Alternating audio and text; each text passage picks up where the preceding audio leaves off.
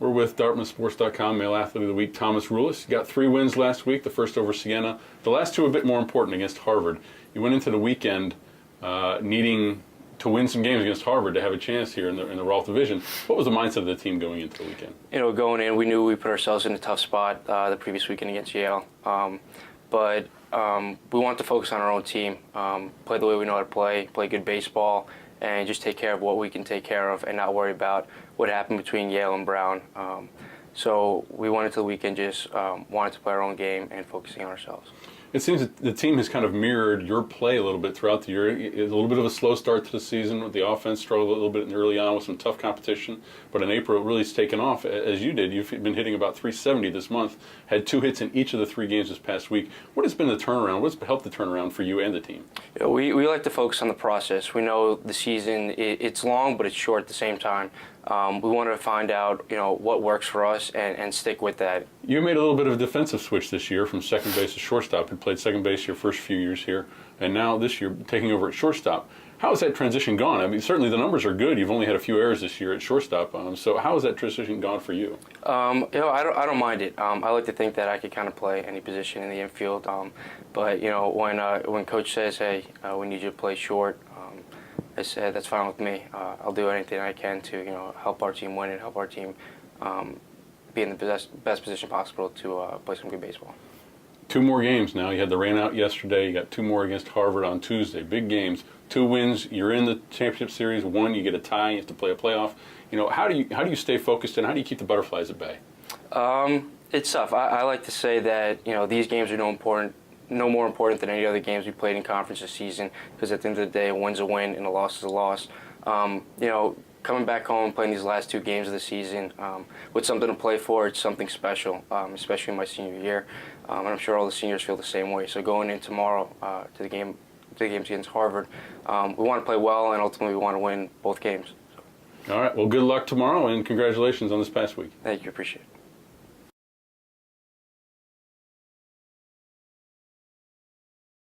We're now joined by the DartmouthSports.com Female Athlete of the Week, Jaclyn Leto of the women's lacrosse team, who finished up the season this past weekend with a 13-11 win. Congratulations on capping your career with a win against Columbia. Just take us through that game. You had 4 goals and an assist in your final outing with the Big Green. Yeah, well, we were coming off of a bad loss to Brown, wow. And so we just kind of worked that entire week getting ready for Columbia. So it felt really good to kind of come out and really put together everything we had been practicing and end kind of in just like such a positive way, kind of building off the whole season. It was one of those games where something else was going on at the same time that, could affect whether or not you made the postseason. Mm-hmm. The coaching staff made a conscious decision not to have that announced during the game so you guys could focus on the task at hand. You took care of a business. Is that better for you guys just to say, well, we're not going to worry about what's going on? Yeah, I think we just wanted to worry about that game, kind of whatever happened, just leaving the field feeling so good about how we played and not worry about factors that we couldn't control. And we couldn't control what Yale and Harvard was going to do. So we just wanted to go out and get a really good win against Columbia. And I think even though it didn't completely work out in our favor with that tournament, it still felt really good because we accomplished the goals for that game. You went over 50 goals for the season. Mm-hmm. You went over 150 goals in your career. You finished with 175. We had the PA announcing, kind of milestones. Knowing you a little bit, I'm assuming you weren't really aware of all of that stuff as it was happening. But mm-hmm.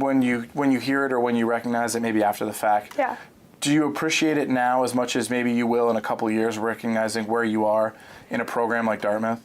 I think in a few more years I'll appreciate it more, because right now I was just kind of worrying about like the season and like ending it as like a team, just like feeling so good with everything that we'd worked on as a unit. And I think that game I was just so excited because our attack struggled so much against Brown, to have us just like in such flow and so connected during the entire 60 minutes of Columbia was just so exciting. So hearing those announcements just kind of built off that. Everyone says college is the best 4 years of your life. Yours, you have about a month and a half left of college. College athletics for you is over. Yeah. Are you going to look back on these 4 years as the best 4 years of your life? Definitely. I mean, our program is just so special. We have like the best coaching staff you could ever imagine. They're so supportive and just like really work on just developing you as just an athlete and a person. I feel just like so lucky to have been a part of this program and have had the opportunity to meet so many incredible people and teammates. Jaclyn Leto, a Dartmouth legend, if you will, here. Congratulations Thank and you. good luck. Thank you.